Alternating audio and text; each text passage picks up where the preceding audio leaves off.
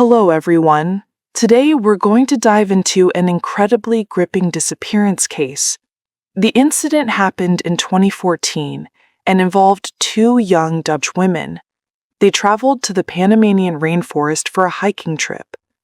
Then they vanished under mysterious circumstances. Since the case broke, various clues have slowly come to light. However, these clues have only made the mystery even more baffling and confusing. The global online community has jumped into a heated debate. They're trying to dig deep to uncover the truth behind it all. That's the disappearance in the Panamanian Rainforest. The main characters. Today's story features two main characters. The first is Kris Kremers. She was born in 1992 and was Dutch. At the time, she was 21 years old. The second is Lisanne Froon. She was born in 1991, also from the Netherlands. The two were just a year apart. Both grew up in Amersfoort, a small city in central Holland. Kris and Lisanne were both college students. Kris was studying cultural anthropology and non-Western sociology at Utrecht University. Lisanne was pursuing applied psychology at Saxion University of Applied Sciences in Deventer. Even though they attended different schools, they knew each other because they both worked part-time at a restaurant in Amersfoort. With similar ages and shared interests, they quickly became inseparable best friends who shared everything.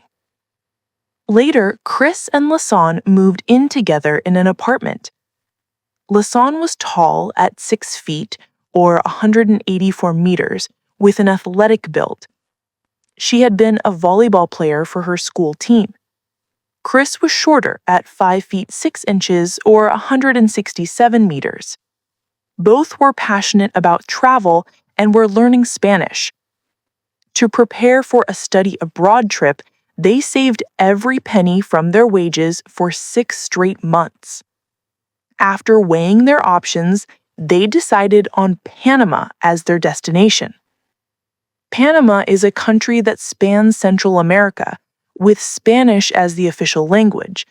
It's famous for the Panama Canal, which not only connects the Pacific and Atlantic Oceans, but also separates North America from South America.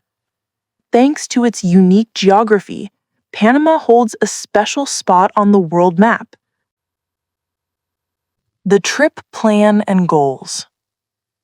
Kris and Lisanne planned to head to Panama for a 6-week study abroad stint. The trip had two main purposes. First, of course, tourism. After scrimping and saving for half a year, they wanted to enjoy a carefree vacation just for themselves. Second, they planned to volunteer at a local school, teaching English to local kids. Departure to Panama. In March 2014, Kris and Lisanne finalized all their preparations. They packed their bags and set off. On Sunday, March 15, 2014, the 21-year-old Kris and 22-year-old Lisanne boarded a flight from the Netherlands to Panama. They were buzzing with excitement for the 6 weeks ahead in Panama. Upon arrival, they headed straight to the northwest coast. There, they relaxed under the warm sun, on white sandy beaches, and savored local cuisine. During this time, they even made a new friend. 2 weeks later, on March 29, they left the beach and arrived in a place called Boquete. It's a small town in the mountains of western Panama, near the famous Volcán Barú volcano. Once there, Kris and Lisanne found a local guest house to stay at. The owner, Miriam, was an enthusiastic and welcoming woman who had hosted many international students before. The reason they came to Boquete was that they had applied to volunteer at a school in the area beforehand. However, when they got to the school, they were told the program had started earlier than expected. The school had sent a reminder email a week prior, but they must have missed it while caught up in beach fun. As a result, the two missed out on the volunteer opportunity. When they left the Netherlands, Kris and Lisanne had booked round-trip flights, so they were stuck staying in Panama for an extra 4 weeks. Life in Boquete and the decision to study Spanish. Right after checking in, within just a few days, the two built a good rapport with host Miriam. Even though Kris and Lisanne's Spanish wasn't great yet, Miriam patiently communicated with them. When she learned they wanted to learn Spanish, Miriam recommended a local language school. So Kris and Lisanne signed up for a course there. Since it was a study abroad trip, beyond classes, the real highlight was, of course, having fun. The language school staff introduced them to a bunch of hiking trails around the Boquete area. The two were thrilled. Because of the complex tropical rainforest terrain, it's easy to get lost without an experienced guide. So Kris and Lisanne hired a local guide named Feliciano Gonzalez. They scheduled a 3-day hike with him starting on April 2. Kris and Lisanne checked into the guest house on March 29. Time flew by, and it was Tuesday, April 1. According to plan, they were set to start the big hike the next day, April 2. But that day, the weather was just too perfect. Staying cooped up in the guest house felt like a waste, so Kris and Lisanne decided to go on a solo outing. They'd heard about a nice hiking trail nearby called El Pianista, or the Pianist Trail. We'll call it the P Trail for short. The P Trail is in the northeast mountains from their guest house in Boquete town. It's a total of 5 miles or 8 kilometers long, winding through dense tropical forest. Along the way, you can see various streams and waterfalls. On a clear day, from the summit, you might even spot the deep blue Caribbean Sea in the distance. The trail lets you experience the full essence of the Panamanian rainforest. Best of all, it's not too long. You can do it as a day hike round trip, without messing up their schedule with the guide the next day. The fateful day, April 1, 2014. When host Miriam heard the two girls planning to hike the P Trail alone, she tried to talk them out of it. She said that even though it's a day trip trail, they lacked experience. The rainforest conditions are tricky, with certain risks involved. Kris and Lisanne brushed it off. They figured the trail wasn't remote, just follow the path, and there'd be other hikers around, so it should be fine. After her warning, Miriam didn't push further. Instead, she lent them a mixed-breed husky dog named Azul, who was trained and knew the way home. So on the morning of April 1, Kris and Lisanne took a taxi from the guest house to the P Trail's starting point. The day passed quickly. By evening on April 1, the guest house owner saw her dog Azul return home alone, but Kris and Lisanne, who had left with him that morning, were nowhere to be seen. At this point, Miriam felt something was off and grew worried for the girls. She even searched around the guest house area but found nothing. Another day went by, to April 2, the day they were supposed to hike with the guide. The language school teacher and guide Gonzalez showed up at the guest house. They asked the owner if she'd seen Kris and Lisanne. The owner said the girls hadn't come back since the night before. Everyone started feeling uneasy. They had a hike scheduled today. Why would they just vanish? Some wondered if they'd already flown home. Led by the owner, they checked the girls' room. Their luggage and personal items were all still there. It didn't look like they'd left the country. They waited a full extra day. Still no sign of them. Things felt seriously wrong. So that evening on April 2 at 9 p.m., Guide Gonzalez went to the local police station to report them missing. the search and contacting the families.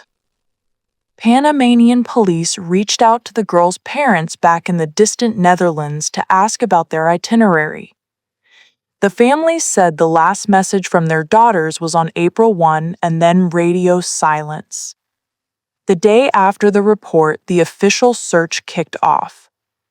Panama deployed a large team of searchers. Led by locals, they ventured into the mountainous area around the P Trail. They even brought in helicopters for aerial support. They searched nonstop for days, but found zero traces of the girls. On April 6th, the parents flew in from the Netherlands. Anxious as could be, they joined the Panamanian side for another 10 days of searching. Still nothing. The families offered a $30,000 reward, hoping someone would come forward with leads. In a flash, news of the missing Dutch girls spread like wildfire locally. Missing persons posters went up everywhere. You could even spot their search info on roadside billboards. Discovery of the blue backpack, the first clue. 10 weeks after the disappearance, on June 14th, the case finally saw progress. A local woman brought a blue backpack to the police station. She told them she was from the village of Alto Romero. She'd been working in a rice field along the Culebra riverbank when she spotted the blue backpack not far off. The woman said it must have just appeared that day, since she worked the field daily and had never seen it before. Police opened the blue backpack. Inside were 2 neatly folded pairs of underwear, 2 cheap pairs of sunglasses, 2 phones, an iPhone 4 and a Samsung Galaxy S3, a Canon PowerShot SX270 HS camera, Kris's health insurance card, an empty water bottle, and $83. Clearly, this backpack was connected to the 2 Dutch girls missing for 10 weeks. Next, police zeroed in on the camera. They found the SD card intact. Police successfully extracted the data from the SD card. It was full of photos of Kris and Lisanne. But it was these photos that shrouded the case in even thicker fog. Let's take a look at what was on that camera. Mystery from the camera, the strange photos. This photo is from when they departed, taken at the airport. This one is them at the Panama beach. This one's at a beachside restaurant. You can see they made friends with folks during the trip. The next photos were all taken on April 1, the day they hit the P Trail. The narrow path behind them is the trail ahead. From these shots, you can tell their mood was upbeat, and the mountain scenery was stunning. Finally, they reached the summit. On a standard P Trail hike, you'd turn back the way you came after the top. This photo was snapped at 1:20 p.m. It looks like they weren't planning to head back, but instead pushed deeper into the forest. This one shows them crossing a small stream. Timestamp 1:54 p.m.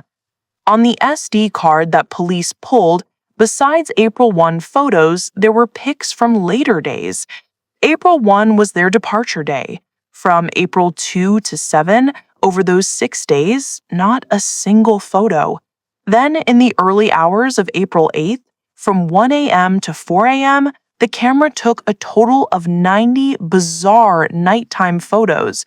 Most of them are pitch black. You have no idea why they were taken, but among them, a few are clear, and these are kind of weird. For example, this one. You can see a branch with 3 red plastic bags hanging from it. It looks like a distress signal to catch someone's eye. And this one. It looks like the back of someone's head. Folks think it's Kris because of her blonde hair. Data from the phones and the continued search. Besides the camera, the blue backpack held evidence from the 2 phones. Kris had the iPhone 4, Lisanne had the Samsung Galaxy S3. The phones recorded their desperate attempts to call for help. With no signal, all calls failed. April 1st, 2014, first calls at 4:39 p.m. and 4:49 p.m., but no signal. April 2nd, 2014, more attempts at 10:50 a.m. and 1:37 p.m. April 11th, 2014, a wrong PIN entry on the iPhone at 11:56 a.m., after which the phone shut down and never powered on again. In total, about 8 failed emergency calls, with the iPhone at 39% battery when found. This activity shows they tried to get help over several days, but weak signal made it all futile. From where the blue backpack was found, they started searching along the Culebra River. This time, it only took 2 days for a new find. On June 19th, police discovered a pair of brown boots near the backpack site. The laces were tightly tied. Inside one boot, they found a sock. Not long after, the search team downstream on the Culebra found human foot bones and a shattered pelvic fragment. Upstream on the Culebra, police spotted a pair of cut-off jeans on a rock. After verification, the shorts belonged to Kris. However, the full bodies and skulls of the two were still missing. The sock in the boot had no flesh and no signs of animal bites. It looked like natural decomposition. The shattered pelvic bone appeared whiter than normal, like it'd been bleached. Testing confirmed phosphate components on it. Suspicion arose that someone had deliberately sped up the decomposition. DNA tests showed the foot bones were Lisanne's, the pelvis Kris's. The families were devastated upon hearing this. On June 20th, the families issued a public statement. They had every reason to believe the girls had passed away. Panamanian police found more remains of Kris and Lisanne in the forest. But oddly, the forensic doctor said the decomposition stage of these remains was still early. This didn't match the advanced state of the earlier pelvic fragment. However, some experts noted that different environments could lead to varying decomposition rates. Police conclusion and reactions. In November, over half a year after the Dutch girls went missing, Panama's Attorney General announced the investigation results. They concluded the two suffered an accident during the hike, leading to their deaths. The case was officially closed, with no further probes. Such a result clearly didn't convince anyone. Based on the released clues, netizens pieced together multiple story versions. These generally split into two camps. One side says Kris and Lisanne were just unlucky, met with an accident in the forest. With no phone signal, no rescue came, and they tragically died. The other side insists it doesn't look like an accident at all, more like a murder. Suspicions in the released information. What suspicious points are there in the disclosed info? Kris and Lisanne didn't bring a compass or extra food. They only had one water bottle. They could have run out of food. Water wasn't an issue. After reaching the P Trail summit, they didn't backtrack. Instead, they pressed on. Photos from the camera confirm this. Sunset that day was at 6:40 p.m. It was a new moon, and the following days too. So nights were moonless, visibility near zero. Look at this photo. The branch with 3 red plastic bags. Some noticed string in this shot. After image processing, you can see the background. Turns out the spot is called the Monkey Bridge. The Monkey Bridge is a suspension setup with 3 cables. The bottom one for stepping, the top 2 for holding. Bridges like that are actually pretty dangerous. One theory, the girls slipped while crossing the monkey bridge and fell. Based on phone logs, their first emergency call was at 4:39 p.m. that day. Estimate, that's when one got in trouble. By nightfall, with low visibility, the other couldn't save her. So they pulled out the camera, using the flash for light. Hence the 90 black photos on the camera. Some spotted this in a photo. Zoom in on that spot on the rock. It looks like an S scratched in. Maybe they were trying to write SOS for help? But others say it's not a letter. It's the number 5. Accident theory supporters say the Kris headshot was a selfie. Her head was injured, so she used the camera to check the wound. Remember the host's mixed husky, Azul? According to the owner, Azul came home alone that evening. Netizens questioned this. In all released April 1 camera photos, there's not one with the dog. But the owner said the dog went with them from morning and stuck behind the whole time. Isn't that odd? Not all camera photos were readable. One was deleted and couldn't be recovered no matter what. April 1 was their first day on the P Trail. They took 30 photos total that day. Among them, the last one is file number 508. On April 8th, they took 90 photos. The first one that day is number 510. Clearly, number 509 is missing in between. Lots of people delete bad shots when photographing. That's normal. But they didn't seem to have a habit of deleting. The camera has plenty of blurry pics that weren't erased. Only number 509 was. Panamanian police tried tech methods to recover number 509, but they couldn't. Likely reason, number 509 wasn't deleted on the camera, but professionally wiped via computer.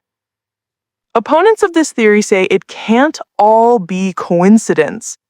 Technically, camera-deleted photos are usually recoverable, but not 100%. There's a failure rate. Assuming someone used tech to erase number 509, it begs the question, why enter wrong PIN codes on the phone multiple times? For tech-savvy folks, iPhone 4 passcodes can be cracked. In 2011, someone posted a video tutorial online on accessing an iPhone 4 without the code. By 2014, when the Panama case hit, that video was easy to find. If they could erase number 509, why not crack the iPhone 4? Weren't they worried about related photos on the phone? 10 weeks after the girls vanished, a local woman found the blue backpack by the river. The tropical rainforest is super humid, with constant rain. The backpack wasn't waterproof, just a regular travel one, and was found soaked. When the police got it, the contents were intact despite the damp environment. This raises questions about how the backpack survived without major damage. Inside were 2 pairs of underwear. Camera photos show these were the ones they wore that day. Why strip down to put underwear in the backpack? One theory, they went swimming. Magazine Monin Magazine published a photo. They claimed it was from Panama, taken April 1 that year at the Caldera Hot Springs. Caldera Hot Springs aren't far from the P Trail. In the pic, Kris and Lisanne are swimming with 2 men. By looks, the women do resemble Kris and Lisanne, but the pixel quality is low, so you can't see clearly. The 2 men, one named Valenzuela, the other Muga, both died within a year after the Kris and Lisanne incident. Valenzuela on April 4, 2014, Muga in 2015. Maybe this is the legendary number 509. If so, the girls definitely weren't accident victims. They were murdered intentionally. Issues with the camera's EXIF timestamps. Every digital camera photo records EXIF data. EXIF is an exchangeable image file format specific to digital camera photos, logging shoot time, settings, etc. After flying from the Netherlands to Panama, the girls didn't adjust the camera time, meaning photo timestamps are based on EXIF, then converted. For example, file number 493's EXIF says 6:42 p.m. The Canon camera defaults to GMT or Greenwich Mean Time, converted to Panama time, 12:42 p.m. Panama police estimated the girls arrived at the P Trail start around 11 a.m. based on EXIF info. A taxi driver said he dropped them off that afternoon around 1:30 p.m., arriving at the trailhead by 1:45 p.m. That day on the P Trail, multiple witnesses said they saw two girls around 2 p.m. This matches the driver's timeline. If true, then Panama Police's EXIF conversion is off, or all this EXIF data was deliberately tampered with by someone. Conclusion: the truth remains unclear. To this day, many people are still digging for the truth in this case. They flat out don't buy the police's accident conclusion. Some have even gone to the P Trail in Panama themselves, retracing the path the girls took years ago. They've even found spots identical to those in the old photos. However, the authorities long ago ruled Kris and Lisanne died in an accident. Or was it murder? What do you think? 2025 marks 11 years since the case, and there are still new developments. An updated edition of the book, Still Lost in Panama, was released on April 13, 2025, by journalists Christian Hardinghouse and Annette Nenner, revealing shocking details about manipulated digital evidence, including files edited on the phone without entering the PIN. These updates show the case isn't truly closed, and the community keeps watching closely.